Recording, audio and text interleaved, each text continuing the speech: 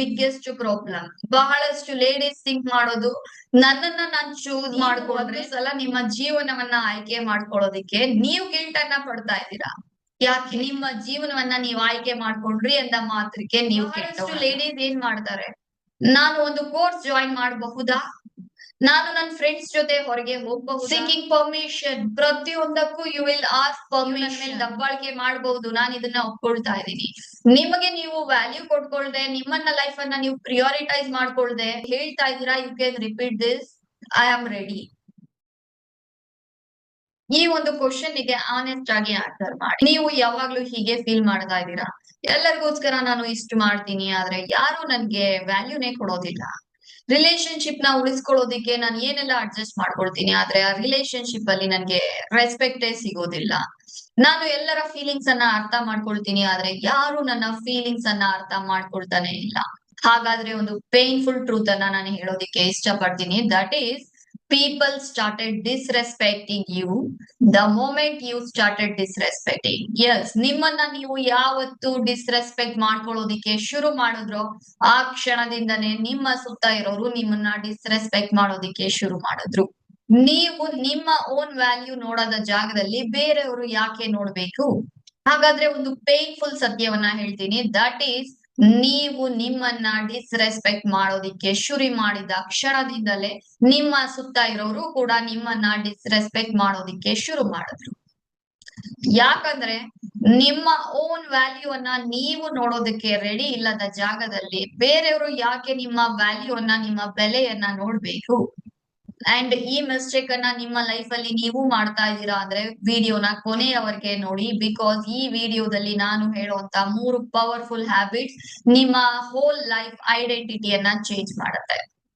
ಈ ಅಬಲ ಟು ಆದಿಶಕ್ತಿ ಜರ್ನಿಗೆ ಬರುವಂತ ಮ್ಯಾಕ್ಸಿಮಮ್ ಲೇಡೀಸ್ ಸ್ಟಾರ್ಟಿಂಗ್ ಅಲ್ಲಿ ಕಂಪ್ಲೇಂಟ್ ಮಾಡುವಂತದ್ದು, ನನ್ನ ಹಸ್ಬೆಂಡ್ ಕೆಟ್ಟವರು, ನನ್ನ ಇನ್ಲಾಸ್ ಸರಿ ಇಲ್ಲ, ನನ್ನ ಒಂದು ಪ್ರಾಬ್ಲಮ್ ತುಂಬಾ ಡೀಪ್ ಆಗಿದೆ. ನಿಜವಾಗ್ಲೂ ಈ ಒಂದು ಅಬಲ ಟು ಆದಿಶಕ್ತಿ ಜರ್ನಿಯಿಂದ ಸಾಲ್ವ್ ಆಗುತ್ತಾ? ಬಟ್ ವಿದಿನ್ 3 ಮಂತ್ಸ್ ಅಲ್ಲಿ ಅವರಿಗೆ ಅರ್ಥ ಆಗ್ತಾ ಹೋಗುತ್ತೆ, ಓಕೆ, ನನ್ನ ಲೈಫ್ ಅಲ್ಲಿ ನಾನ್ ಯಾವೆಲ್ಲ ಒಂದು ಸಣ್ಣ ಪುಟ್ಟ ಈ ರೀತಿಯ ನಡವಳಿಕೆಗಳಿಂದ ನನ್ನ ಜೀವನವನ್ನ ನಾನೇ ನರ್ಕ ಮಾಡ್ಕೊಳ್ತಾ ಇದ್ದೀನಿ ಅಂತ. ಬಹಳ ವುಮೆನ್ ಸ್ಲೋಲಿ ಡೇಂಜರಸ್ ಹ್ಯಾಬಿಟ್ ಅನ್ನ ಡೆವಲಪ್ ಮಾಡ್ಕೊಂಡಿರ್ತಾರೆ. ದಟ್ ಈಸ್, ಅವರನ್ನ ಅವರು ತ್ಯಾಗ ಮಾಡ್ಕೊಳ್ತಾ ಬರುವಂತದ್ದು, ಅವರನ್ನ ಅವರು ಕಡೆಗೆಳಿಸ್ಕೊಳ್ತಾ ಬರುವಂತದ್ದು.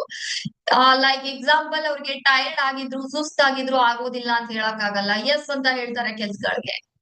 ಹರ್ಟ್ ಆಗ್ತಾ ಇದ್ರು ಸೈಲೆಂಟ್ ಆಗಿ ಸಹಿಸ್ಕೊಳ್ತಾ ಇರ್ತಾರೆ. ಆ ಒಂದು ಜಾಗದಲ್ಲಿ ರೆಸ್ಪೆಕ್ಟ್ ಸಿಗ್ತಾ ಇಲ್ಲ, ಗೌರವ ಇಲ್ಲ ಅಂದ್ರೂ ಕೂಡ ಸಹಿಸ್ಕೊಳ್ತಾರೆ, ಟಾಲರೇಟ್ ಮಾಡ್ಕೊಳ್ತಾರೆ. ರಿಲೇಶನ್ಶಿಪ್ ಉಳಿಸ್ಕೊಳ್ಳೋದಿಗೋಸ್ಕರ ಯಾವ ಒಂದು ಲೋವರ್ ಲೆವೆಲ್ ಅಥವಾ ಒಂದು ಸೆಲ್ಫ್ ರೆಸ್ಪೆಕ್ಟ್ ಅನ್ನ ಕಳ್ಕೊಂಡು ಬದುಕೋದಿಕ್ಕೂ ರೆಡಿ ಆಗ್ತಾರೆ. ಅಂಡ್ ಸ್ಲೋಲಿ ಒಂದು ಥಿಂಗ್ ಅನ್ನ ಅವರು ಮರಿತಾ ಬರ್ತಾರೆ, ದಟ್ ಈಸ್, ನನಗೂ ಕೂಡ ಜೀವನ ಇದೆ, ನನ್ನ ಜೀವನಕ್ಕೂ ಕೂಡ ಒಂದು ಬೆಲೆ ಇದೆ, ನನ್ನ ಜೀವನವೂ ಕೂಡ ನನ್ಗೆ ಇಂಪಾರ್ಟೆಂಟ್ ಅನ್ನೋದನ್ನ.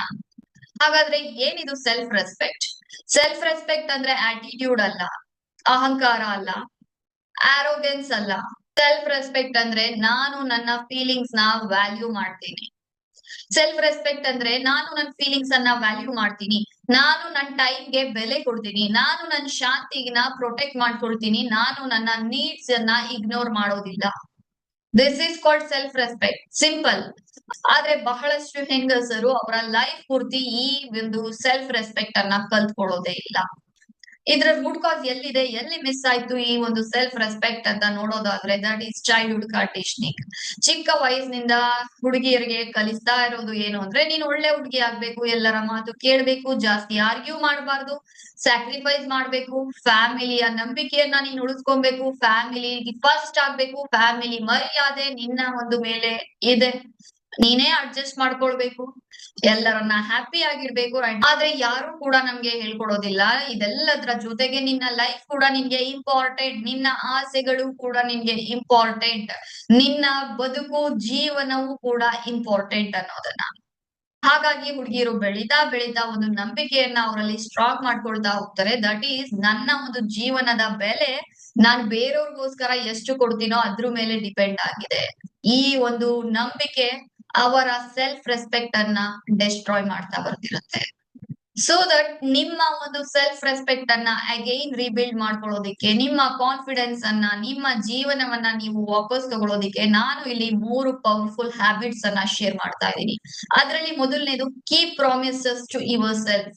ನೀವು ಬೇರೆಯವರ ಒಂದು ಅವಶ್ಯಕತೆಗಳನ್ನ, ನೀಡ್ಸ್ ಅನ್ನ ಫುಲ್ಫಿಲ್ ಮಾಡೋದಷ್ಟೇ ಅಲ್ಲ, ನಿಮಗೆ ಕೂಡ ನೀವು ಪ್ರಾಮಿಸ್ ಮಾಡ್ಕೊಳ್ಳಿ ಅಂಡ್ ಆ ಪ್ರಾಮಿಸ್ ಅನ್ನ ನಿಮಗೆ ನೀವು ಉಳಿಸ್ಕೊಳ್ಳೋದಿಕ್ಕೆ ಶುರು ಮಾಡಿ. ಲೈಕ್ ಎಕ್ಸಾಂಪಲ್, ನಿಮ್ಮನ್ನ ನೀವು ಒಂದು ಕ್ವಶನ್ ಕೇಳ್ಕೊಳ್ಳಿ, ಎಷ್ಟು ಸಲ ನಿಮ್ಗೆ ನೀವು ಪ್ರಾಮಿಸ್ ಮಾಡ್ಕೊಳ್ತೀರಾ, ಇವತ್ತಿಂದ ನಾನು ಏನನ್ನು ಟಾಲರೇಟ್ ಮಾಡ್ಕೊಳ್ಳೋದಿಲ್ಲ, ಇವತ್ತಿಂದ ನನ್ನ ಹೆಲ್ತ್ ಬಗ್ಗೆ ನಾನು ಗಮನ ಕೊಡ್ತೀನಿ, ಇವತ್ತಿಂದ ನನ್ನ ಕೆರಿಯರ್ ಮೇಲೆ ನಾನು ಫೋಕಸ್ ಮಾಡ್ತೀನಿ, ಇವತ್ತಿಂದ ನಾನು ಕೂಡ ಫಿನಾನ್ಷಿಯಲಿ ಇಂಡಿಪೆಂಡೆಂಟ್ ಆಗೋಕೆ ಟ್ರೈ ಮಾಡ್ತೀನಿ, ಅಥವಾ ಇವತ್ತಿಂದ ನಾನು ಕೂಡ ನನ್ನ ಒಂದು ಪರ್ಸನಲ್ ಸ್ಪೇಸ್ ಅನ್ನ ಇಟ್ಕೊಡ್ತೀನಿ. ಏನೆಲ್ಲ ಪ್ರಾಮಿಸಸ್ ನ ನಿಮಗೆ ನೀವು ಮಾಡ್ಕೊಳ್ತೀರಾ. ಆದರೆ ಆ ಪ್ರಾಮಿಸಸ್ ಅನ್ನ 2 ದಿನ ಅಥವಾ ಅದೇ ದಿನ ಮುರಿತಾ ಬರ್ತೀರಾ. ಅಂಡ್ ನಿಮಗೆ ಗೊತ್ತಾ, ಎವ್ರಿ ಟೈಮ್ ನೀವು ಆ ಪ್ರಾಮಿಸಸ್ ಅನ್ನ ಬ್ರೇಕ್ ಮಾಡಿದ ತಕ್ಷಣ ನಿಮ್ಮ ಮೈಂಡ್ ಮತ್ತೊಂದು ಥಿಂಗ್ ಅನ್ನ ಕಲಿತಾ ಹೋಗುತ್ತೆ. ದಟ್ ಈಸ್, ನನಗೆ ನಾನು ಪ್ರಾಮಿಸ್ ಮಾಡ್ಕೊಳ್ಳುವಂತದ್ದು ನಡೆಯುತ್ತೆ, ನನ್ನ needs doesn't matter. Self respect start ಆಗುವಂತದ್ದು ನೀವು ನಿಮಗೆ ಕೊಟ್ಟಂತ ಪ್ರಾಮಿಸ್ ಅನ್ನ ಉಳಿಸ್ಕೊಳ್ಳೋದಿಕ್ಕೆ ಶುರು ಮಾಡ್ದಾಗಿಂದ. ಸೆಲ್ಫ್ ರೆಸ್ಪೆಕ್ಟ್ ಸ್ಟಾರ್ಟ್ ಆಗುವಂತದ್ದು ನಿಮ್ಮ ಓನ್ ವರ್ಡ್, ನೀವು ಏನ್ ಮಾತಾಡಿದೀರಾ, ಏನ್ ಮಾತಾಡ್ತಾ ಇದ್ದೀರಾ, ಅದರ ಬೆಲೆಯನ್ನ ನೀವು ಉಳಿಸ್ಕೊಳ್ಳೋದಿಕ್ಕೆ ಶುರು ಮಾಡ್ದಾಗಿಂದ. ಎರಡನೆಯ ಹ್ಯಾಬಿಟ್ ಬಗ್ಗೆ ಹೇಳೋದಾದ್ರೆ, stop feeling guilty for choosing your self. ಇದು ಬಿಗ್ಗೆಸ್ಟ್ ಪ್ರಾಬ್ಲಮ್. ಬಹಳಷ್ಟು ಲೇಡೀಸ್ ಥಿಂಕ್ ಮಾಡೋದು, ನನ್ನನ್ನ ನಾನು ಚೂಸ್ ಮಾಡ್ಕೊಂಡ್ರೆ, ನನ್ನ ಬದುಕನ್ನ ನಾನು ಫಸ್ಟ್ ಪ್ರಿಯಾರಿಟಿಯಲ್ಲಿ ತಗೊಂಡ್ರೆ ನಾನ್ ಸ್ವಾರ್ಥಿ ಆದಂತೆ. ಅದು ತಪ್ಪು. ನಾನ್ ಸ್ವಾರ್ಥಿ ಆಗ್ಬಾರ್ದು. ಬಟ್ ಒಂದು ಸಲ ಕೇಳಿ, ಎಲ್ಲರಿಗೋಸ್ಕರ ನೀವು ವರ್ಷಗಳಿಂದ ಸ್ಯಾಕ್ರಿಫೈಸ್ ಮಾಡ್ತಾ ಬರ್ತಾ ಇದ್ದೀರಾ. ಯಾರಾದ್ರೂ ಗಿಲ್ಟ್ ಫೀಲ್ ಮಾಡಿದ್ರಾ ನಿಮ್ಮ ಲೈಫ್ ಬಗ್ಗೆ? ಅರೆ, ನೀವು ನಿಮ್ಮ ಮಕ್ಕಳಿಗೋಸ್ಕರ ಲೈಫ್ ಸ್ಯಾಕ್ರಿಫೈಸ್ ಮಾಡಿದ್ರಿ, ನಿಮ್ಮ ಹಸ್ಬೆಂಡ್ ಗೋಸ್ಕರ ಸ್ಯಾಕ್ರಿಫೈಸ್ ಮಾಡಿದ್ರಿ, ನಿಮ್ ಫ್ಯಾಮಿಲಿಗೋಸ್ಕರ ಸ್ಯಾಕ್ರಿಫೈಸ್ ಮಾಡಿದ್ರಿ, ಎಲ್ಲರಿಗೋಸ್ಕರ ನಿಮ್ ಲೈಫ್ ಸ್ಯಾಕ್ರಿಫೈಸ್ ಮಾಡ್ತಾ ಇದ್ದೀರಾ. ನಿಮ್ಮ ಬಗ್ಗೆ ಯಾರಾದ್ರೂ ಗಿಲ್ಟ್ ಫೀಲ್ ಮಾಡ್ತಾ ಇದಾರಾ? ನಿಮ್ಮ ಲೈಫ್ ಬಗ್ಗೆ, ಅರೆ ಪಾಪ ನಮ್ಮಿಂದ ಇವಳ ಲೈಫ್ ಈ ತರ ಆಯ್ತು ಅಂತ ಗಿಲ್ಟ್ ಪಡ್ತಾ ಇದಾರ? ನಮ್ಮೆಲ್ಲರ ಕಾರಣದಿಂದ ಈಕೆಗೆ ಒಂದು ಕೆರಿಯರ್ ರೂಪಿಸ್ಕೊಳಕ್ ಆಗಿಲ್ಲ, ಅಥವಾ ಈಕೆ ಆಕೆಯ ಕೆರಿಯರ್ ಮೇಲೆ ಫೋಕಸ್ ಮಾಡೋದಿಕ್ಕೆ ಸಾಧ್ಯ ಆಗ್ತಾ ಇಲ್ಲ ಅಂತ ಯಾರಾದ್ರೂ ಗಿಲ್ಟ್ ಅನುಭವಿಸ್ತಾ ಇದಾರ? ಆದ್ರೆ ನೀವು ಒಂದು ಸಲ ನಿಮ್ಮ ಶಾಂತಿಯನ್ನ, ನೀವು ಒಂದು ಸಲ ನಿಮ್ಮ ಜೀವನವನ್ನ ಆಯ್ಕೆ ಮಾಡ್ಕೊಳ್ಳೋದಿಕ್ಕೆ ನೀವು ಗಿಲ್ಟ್ ಅನ್ನ ಪಡ್ತಾ ಇದ್ದೀರಾ. ಯಾಕೆ? Because conditioning. ನಿಮ್ಮ ಒಂದು ಕಂಡೀಷನಿಂಗ್ ಚೈಲ್ಡ್ಹುಡ್ ಇಂದ ಹಂಗಾಗೋಗಿದೆ. ಸೊ ಒಂದು ಮಾತನ್ನ ನೆನ್ಪಿಟ್ಕೊಳ್ಳಿ, ದಟ್ ಈಸ್, ನಿಮ್ಮ ಜೀವನವನ್ನ ನೀವು ಆಯ್ಕೆ ಮಾಡ್ಕೊಳ್ಳುವಂತದ್ದು ಸ್ವಾರ್ಥ ಅಲ್ಲ. ನಿಮ್ಮ ಜೀವನವನ್ನ ನೀವು ಆಯ್ಕೆ ಮಾಡ್ಕೊಂಡ್ರಿ ಅಂತ ಮಾತ್ರಕ್ಕೆ ನೀವು ಕೆಟ್ಟವರಲ್ಲ. ಮೂರನೆಯ ಒಂದು habit, prioritising your needs without seeking permissions. ಬಹಳಷ್ಟು ಲೇಡೀಸ್ ಏನ್ ಮಾಡ್ತಾರೆ, ನಾನು ಒಂದು ಕೋರ್ಸ್ ಜಾಯಿನ್ ಮಾಡಬಹುದಾ, ನಾನು ನನ್ನ ಫ್ರೆಂಡ್ಸ್ ಜೊತೆ ಹೊರಗೆ ಹೋಗಬಹುದಾ, ನಾನು ನನ್ನ ದುಡ್ಡನ್ನ ಯೂಸ್ ಮಾಡಬಹುದಾ, ನಾನು ನನ್ನ ಸೋಲ್ ಪರ್ಪಸ್ ಅಥವಾ ನನ್ನ ಕನಸನ್ನ ಫಾಲೋ ಮಾಡಬಹುದಾ. ಸೀಕಿಂಗ್ ಪರ್ಮಿಷನ್, ಪ್ರತಿಯೊಂದಕ್ಕೂ ಯು ವಿಲ್ ಆಸ್ಕ್ ಪರ್ಮಿಷನ್. ಅರೆ, ನೀವು ಅಡಲ್ಟ್, ನೀವು ಮೆಚೂರ್ಡ್ ಇದ್ದೀರಾ. ಈವನ್ ಒಂದು ಹಂತದ ನಂತರ ನಿಮ್ಮ ಮಕ್ಕಳೇ ಕೂಡ ನಿಮ್ಮ ಪರ್ಮಿಷನ್ ಅನ್ನ ಕೇಳೋದಿಲ್ಲ. ಅವ್ರಿಗೆ ಗೊತ್ತಿರುತ್ತೆ ಏನ್ ಸರಿ ಏನ್ ತಪ್ಪು ಅಂತ. ಬಟ್ ಇವನ್ ನೀವು ಗ್ರೋನ್ ಅಪ್ ಆಗಿದ್ರು ಕೂಡ you will seek permission. Why? Because ನಿಮ್ಮ ಹ್ಯಾಪಿನೆಸ್ಗೆ ಪರ್ಮಿಷನ್ ಯಾಕೆ ಬೇಕು? ಎಮೋಷನಲಿ ಯಾರು ವೀಕ್ ಇದ್ದಾರೋ ಆ ಹೆಂಗಸರು ಪರ್ಮಿಷನ್ ಗೋಸ್ಕರ ವೇಟ್ ಮಾಡ್ತಾ ಇರ್ತಾರೆ. ಎಮೋಷನಲಿ ಸ್ಟ್ರಾಂಗ್ ವುಮನ್ ಯಾವತ್ತು ಆಕೆಗೆ ಏನು ಬೇಕಾಗಿದೆಯೋ ಆಕೆಯ ಡಿಸಿಷನ್ಸ್ ಅನ್ನ ಸ್ಟ್ರಾಂಗ್ ಆಗಿ ತಗೊಳ್ತಿರ್ತಾಳೆ. ತುಂಬಾ ಹ್ಯೂಜ್ ಡಿಫ್ರೆನ್ಸ್ ಇದೆ ಈ ಎರಡರ ಮಧ್ಯ. ಇದ್ರ ರಿಲೇಟೆಡ್ ಆಗಿ ಒಂದು ಎಕ್ಸಾಂಪಲ್ ಅನ್ನ ನಾನು ಶೇರ್ ಮಾಡೋದಾದ್ರೆ, ಲಾಸ್ಟ್ ಟೈಮ್ ಒಂದು ಇದೇ ರೀತಿಯಲ್ಲಿ ಕನ್ಸಲ್ಟೇಷನ್ ಗೆ ಬಂದಂತ ಹುಡುಗಿ ಕನ್ಫ್ಯೂಸ್ ಆಗಿದ್ಲು. ಅವಳಿಗೆ 2 ಕೆರಿಯರ್ ಮೇಲೆ ಕನ್ಫ್ಯೂಷನ್ ಇತ್ತು. ಒಂದು, ಆಕೆಗೆ ಇಷ್ಟ ಆಗ್ತಾ ಇದ್ದಿದ್ದು ಪಾರ್ಲರ್ ಕೆಲಸ ಮಾಡೋದಿಕ್ಕೆ, ಬ್ಯೂಟಿ ಪಾರ್ಲರ್ ಓಪನ್ ಮಾಡ್ಬೇಕು, ಅದು ಆಕೆಯ ಒಂದು ಡ್ರೀಮ್. ಆಯ್ತು, ಚಿಕ್ಕದ್ರಿಂದ ಆಕೆ ಅದರ ರಿಲೇಟೆಡ್ ಆಗಿ ಫೋಕಸ್ ಮಾಡ್ತಾ ಬಂದಿದ್ಲು. ಅದರ ಮೇಲೆ ನಾನು ವರ್ಕ್ ಮಾಡ್ಬೇಕು, ಅದು ಆಕೆಯ ಕನ್ಸಾಗಿತ್ತು. ಅಂಡ್ ಇನ್ನೊಂದು ಕಡೆ ಆಕೆಗೆ ಟೈಲರಿಂಗ್ ಕೂಡ ಬರ್ತಾ ಇತ್ತು. ಅಂಡ್ ಈಗ ಆಕೆಗೆ ಈ 2 ಕೆಲಸಗಳಲ್ಲಿ ನಾನು ಯಾವ್ದ್ರ ಮೇಲೆ ಫೋಕಸ್ ಮಾಡ್ಬೇಕು, ಎರಡರಲ್ಲಿ ನನ್ನ ಸೋಲ್ ಪರ್ಪಸ್ ಏನು, ಇದು ಆಕೆಯ ಕ್ವಶನ್ ಆಗಿತ್ತು. ಅಂಡ್ ಇದ್ರ ರಿಲೇಟೆಡ್ ಆಗಿ ಆಕ್ಚುಲಿ ಕನ್ಸಲ್ಟೇಷನ್ ತಗೊಂಡು ಆಕೆ ನನ್ನ ಜೊತೆ ಮಾತಾಡ್ಬೇಕಾದ್ರೆ ಒಂದ್ ಮಾತು ಹೇಳಿದ್ಲು, ದಟ್ ಈಸ್, ನನಗೆ ಕಂಪ್ಲೀಟ್ ಇಷ್ಟ ಪಾರ್ಲರ್, ಆದರೆ ನನಗೆ ಜಸ್ಟ್ ಇದನ್ನ ಹೇಳಿ, ನನ್ಗೆ ಟೈಲರಿಂಗ್ ಮಾಡಿದ್ರು ಓಕೆ, ಅದ್ರಲ್ಲಿ ಸ್ವಲ್ಪ ಸಕ್ಸಸ್ ಆಗ್ತೀನಿ ಅಂದ್ರೆ ನಾನು ಟೈಲರಿಂಗ್ ಗೆ ಹೋಗ್ತೀನಿ. ವೈ ನಿನ್ನ ಸೋಲ್ ಪರ್ಪಸ್ ಇದು ನಿನ್ಗೆ ಇದಿದ್ ಮಾಡೋದಿಕ್ ಇಷ್ಟ ಇದೆ ಅಂತ ನಿನಗ್ ಗೊತ್ತಿದ್ರು ಕೂಡ ಯಾಕೆ ಇದನ್ನ ತಗೊಳ್ತಾ ಇದೀಯಾ, ಚೂಸ್ ಮಾಡ್ಕೊಳ್ತಾ ಇದೀಯಾ ಅಂತ ಕೇಳಿದ್ದಕ್ಕೆ ಆಕೆ ಹೇಳಿದ್ದು, ನನ್ನ ಫ್ಯಾಮಿಲಿಯವರು ಟೈಲರಿಂಗ್ ಮಾಡಿದ್ರೆ ಓಕೆ ಮಾಡು, ಆದ್ರೆ ಪಾರ್ಲರ್ ಎಲ್ಲ ಬೇಡ, ಅದೆಲ್ಲ ನಮ್ಗೆ ಸೆಟ್ ಆಗೋದಿಲ್ಲ, ಸೊ ನೀನ್ ಅದನ್ನ ಮಾಡ್ಬಾರ್ದು ಅಂತ ಹೇಳ್ತಾ ಇದ್ದಾರೆ. ಫಸ್ಟ್ ಥಿಂಗ್ ಇಲ್ಲಿ ನಾವ್ ಅರ್ಥ ಮಾಡ್ಕೊಬೇಕಾಗಿರೋದು, ನಮ್ಮ ಒಂದು ಕೆಲ್ಸ ನಮ್ಮ ಮನ್ಸಿಗೆ ಒಪ್ಪಿಗೆ ಆಗುವಂತದ್ದಿರ್ಬೇಕು. ನಮ್ಮ ಫ್ಯಾಮಿಲಿಗೆ, ನಮ್ಮ ಇಡೀ ಸೊಸೈಟಿಗೆ ಅಥವಾ ನಮ್ ಸುತ್ತ ಇರೋರ್ ಎಲ್ಲರಿಗೂ ಒಪ್ಪಿಗೆ ಆದ ನಂತರ ನಾನು ಅದನ್ನ ಸೆಲೆಕ್ಟ್ ಮಾಡ್ಕೊಳ್ತೀನಿ ಅಂದ್ರೆ that is showing you are seeking permission. Emotionally you are weak. Because emotionally strong ಇರುವಂತ ವುಮನ್ ಆಕೆಗೆ ಏನ್ ಬೇಕು, ಯಾವ ಕೆಲಸ ಆಕೆಗೆ ಖುಷಿ ಕೊಡುತ್ತೆ ಅಂತ ಆಕೆ ಡಿಸೈಡ್ ಮಾಡ್ತಾಳೆ. ಬಿಕಾಸ್ ನಿಮ್ಗೆ ಏನ್ ಖುಷಿ ಕೊಡುತ್ತೆ ಅನ್ನೋದು ನಿಮಗ್ ಗೊತ್ತಿದೆ ಹೊರತು ನಿಮ್ ಸುತ್ತ ಇರೋರ್ಗೋ ನನಗೋ ಅಥವಾ ಇನ್ಯಾರಿಗೋ ಗೊತ್ತಿಲ್ಲ.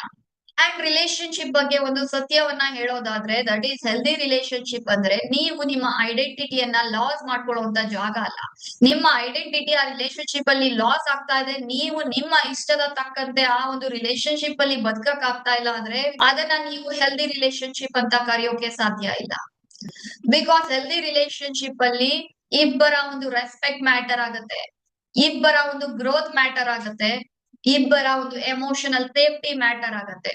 ಒಂದು ರಿಲೇಶನ್ಶಿಪ್ ನಿಮ್ಮನ್ನ ಕಳ್ಕೊಳ್ಳೋದಿಕ್ಕೋಸ್ಕರ ಡಿಮ್ಯಾಂಡ್ ಮಾಡ್ತಾ ಇದೆ ಅಂತ ಅಂದ್ರೆ ಅದು ಲವ್ ಅಲ್ಲ.